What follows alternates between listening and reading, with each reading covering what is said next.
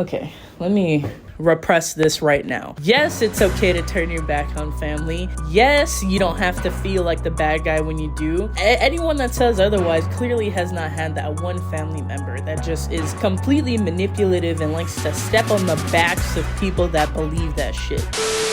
Please watch the rest of this video. Hey everybody, welcome back to my channel. I'm zekkyiah. I do a variety of things here. I'm just trying to feel her out. But today, I'm going to be sharing a few stories with you because I have been obsessed with the Am I the Asshole readings on TikTok at least. And I am going to actually read some of the posts on Reddit for myself. My wife won't stop ripping ass in our bed. It's getting really tiring. How do I get my wife to stop being a brap hog? I think the funniest thing about some of those the readings on TikTok is that it's an automated voice telling me, and when the automated voice goes in on somebody and starts roasting them, they don't hold back at all. We're gonna see, are these people really the assholes? Were they misdiagnosed an asshole when they really shouldn't have been? And the only thing I don't like about reading the threads on Reddit is that it lets you know before you even read the stories. You know, I'd rather read the context before I make a decision or see what everyone else's decision or their verdict was. We'll be doing some of that today. First up, am I the asshole for telling my friend that her hair color washes her out? So, I have a friend who looks better with warm tone hair colors, aka warm blondes, reds, and browns. She put up a post asking for people's opinion on if she were to do her hair in a cool tone black. I honestly told her it would wash her out, and it would make around her eyes appear darker. Think dark eye bags around her full eye. Anyway, all of her friends told her she would look beautiful with this cool tone black hair. Mind you, before her hair was blonde with red pieces, looked beautiful. So now she's colored her hair this cool tone black. All of her friends are making fun of her behind her back, saying she looks ugly with black hair and it makes her look like a witch. My friend who colored her hair black was so mad at me and told me I was an asshole for telling her that she looked bad with black hair, even though all of her friends love her hair. She will not talk to me. You don't need to talk to her either. Some people cannot be reasoned with. If I gave you an opinion because you asked for it, I'm not the asshole. Because you asked. You got mad. Oh well, stop asking for my opinion if you know you're just going to get offended by it. I just don't know. I mean, if everyone's saying that they like your hair... Listen, if everyone's giving you the same compliment, odds are... you might want to examine that compliment. Like, maybe it's just an insecurity of mine, but if I'm wearing a shirt and everyone's like, oh my god, zekkyiah, you look so good, and I have other people playing it up like, oh my god, you look so gorgeous, I never thought you'd be wearing... I'd be like, someone here's capping. Someone here doesn't really think I look good in this shirt. Someone here is really lying to me, and I'm asking for your honest opinion. If I ask for your opinion, I want your honest opinion. I'm not going to hold you. I will ask for you to give me a fake opinion when I really just want a compliment. Like, at least for me, that kind of separation, I know how to ask for what I want. This girl obviously didn't, and she's not talking to her for some completely arbitrary reason, like what color you dyed your hair. You could always wash it out, as you know, as long as you didn't fucking bleach it, which that'd be kind of stupid if you did. On to the next one.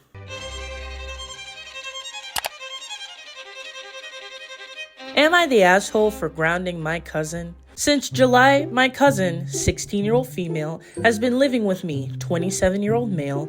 Her parents' marriage is in a serious turbulent spot and has been for a while. And so it was decided amongst the family that the best thing for her would be for her to live with me so that she's not exposed to that environment. Her parents are in counseling, but that doesn't sound like it's going well. Look, I love my cousin and I empathize with her situation, but I don't think that my parents are fighting as a card that can be played to get out of anything, and unfortunately, that's been her go-to move when I've asked her to keep her room clean, help with dishes, help keep the overall apartment clean. Last week, she said she was going to a party. I asked where she was going. She said she wasn't sure. I asked who was hosting it. She was blanking on the name. I asked if there'd be supervision.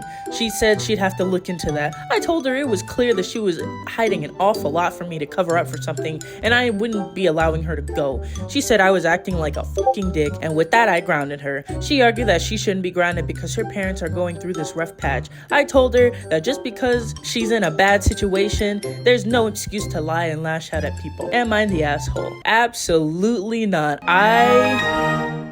I'd have to give her the quick 1-2 if she called me a fucking dick. Especially if you're living with me. Come on now. I feel like at 27, you're my cousin, I'm letting you live with me. I'd be already pretty lenient. You know, I wouldn't be like I probably wouldn't be acting like your parent. I'd be an adult figure. I mean, I'd still let you do technically, I'd let you move how you want as long as you're respectful about it. You can't just come up to me and be like, yeah, start rock'em sock'em verbally, because that's not fair. I'm helping you. And unfortunately, when people are in that spot at that age, they don't see it like that. You better lower your motherfucking tone when you talking to me. All right. This next one is going to be a doozy. So, you might want to grab some popcorn for this one. Am I the asshole for financially cutting off my daughter and giving her 1 month to be out of my house? Fake names for privacy. I am a mother to 2 21 females, Zoe and 17 B. Her biological father was a narcissist, which would demean Zoe and B. It took years of court battles, but my husband Tim and I finally got custody of Zoe when she was 16. Zoe had been in therapy since my initial divorce. Zoe has always had a tendency to be demanding and cruel to others. I myself have gone through therapy and taken parenting classes to help Zoe. I've read books and tried every resource available. A big help was having Zoe channel those emotions into positive outlets such as kickboxing. Zoe used to enjoy therapy, but called it a waste of time and chose to stop going when she turned 18. Zoe now refuses to find positive outlets for her emotions. Zoe weaponizes her experiences with her biological father and feels like they give her the right to mistreat others. She lives in a home rent-free while Tim and I pay for her education. $56,000 yearly, car, phone, and all other expenses. Zoe refuses to help around the house. Asking Zoe to do any small chore turns Zoe into screaming and swearing while I have to de-escalate. Zoe believes she's entitled to our money and curses at us because we are saving for B's education as well as giving it all to Zoe so she can have fun money. Tim and I left the house last Saturday for a doctor's appointment. I learned from Monday B that Zoe had gone on a rant about how selfish I am when I asked her to put away the frozen meal in the oven because Tim was tired and he would need food ready as soon as we got home. Tim is a cancer survivor. He completed chemotherapy at the beginning of the year. He's still weak and sick, often yet has continued to work from home to support us. Zoe told B, Tim is a fucking grown-ass man. Why can't he make his own food instead of me doing everything because he's useless? Hearing Zoe say that about the man who supported and nurtured her, was a father figure to her, and didn't care about him was my breaking point. When Zoe came home, I explained to her that the car is still in her name and her last year of college has been paid for already. I told her she had a month to move out and the year's end to find her own insurance. We will be paying for nothing anymore. Tim and I will no longer be treated as ATMs and burdens while providing for everything for her. If she wants to act like an adult who knows everything, then we would treat her as one and let her support herself. Zoe will likely be staying with her grandparents. My sister is unable to house Zoe due to her lease agreement, but she has told me I'm the worst person she's ever met because you never turn your back on family. And I know Zoe's childhood with her biological father will always have changed her, but Zoe's trauma doesn't give the right to mistreat others, especially people who have helped and supported her more than anyone. Okay, let me repress this right now. Yes, it's okay to turn your back on family. Yes, you don't have to feel like the bad guy when you do. Anyone that says otherwise clearly has not had that one family member that just is completely manipulative and likes to step on the backs of people that believe that shit. I have quite a few family members like this.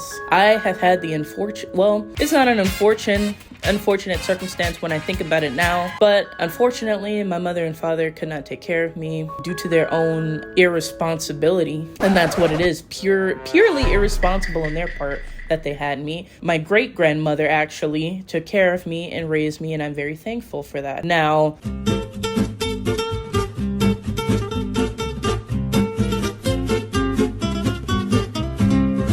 like that with some of my other family members as well. And I've heard from my great-grandmother that it's like that with more extended family as well. And at a certain point, it's like, how long are you gonna do this before I'm enabling you? Like, I'd be enabling you at this point, and you're a grown woman, and I'm not doing that anymore. And yes, at that point, it would be turning your back on family. I 100% do not agree with those people that are like, but they're your family. You can't do that. Yes, the hell I can. They're being manipulative. And if you're knowingly manipulating someone, you don't deserve that person's kindness. And if I literally have to turn my back to you and cut you off, then that's what I'm going to do. That being said, Zoe, get the fuck up out that house. You getting booted, you getting shafted, your free trial has ended.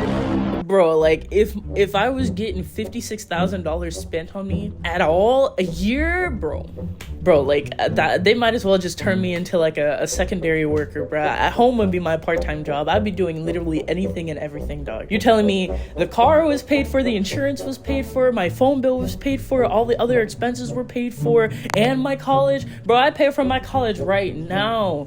And it's not even $56. I'm crying over $1,600. And my phone bill, I pay my college, my phone bill, the insurance. Yeah, that's called being ungrateful. That is literally called being scum of this earth. And I'm sorry for your circumstance. Everyone, quite a few people have had that circumstance, okay?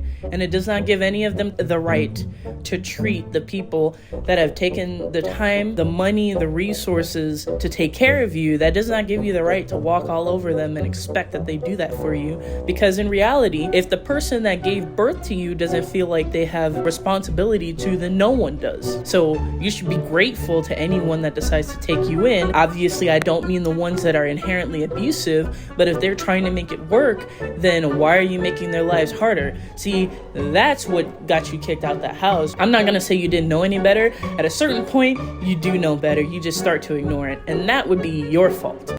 Sucks to see other people living your dreams and then fucking it up. I would love to read more Am I the Asshole stories, but they're very long-winded, and like I said, most of them are already answered, and most of them, when you read it, as you're reading the story, you kind of already know the outcome. I do encourage you to start looking them up on TikTok, though. The robotic voice just makes them like 100 times more funny, but I wanted to read them myself and gauge them while I was in the middle of narrating. If you like these stories, or if you like the content in general, just leave a comment down there. Did I diagnose them correctly?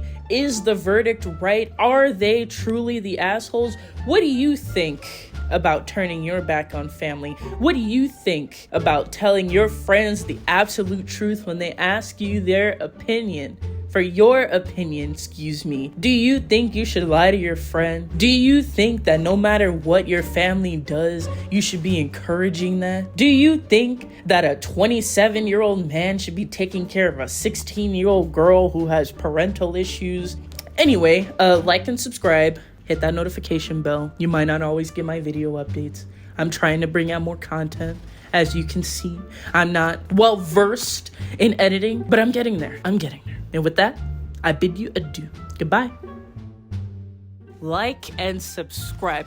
Thank you to those 31 people that have subscribed to my channel. It may seem like so little, but when you think about a classroom of 31 people and you think about doing a PowerPoint presentation in front of those 31 people, you really start to take into perspective how grateful I am for 31 people to like my videos that much. I tell me what you want me to do. All those 31 people, what do you want from Jersey Mike's? What do you want from McDonald's? What do you want from Benihana's? I got you.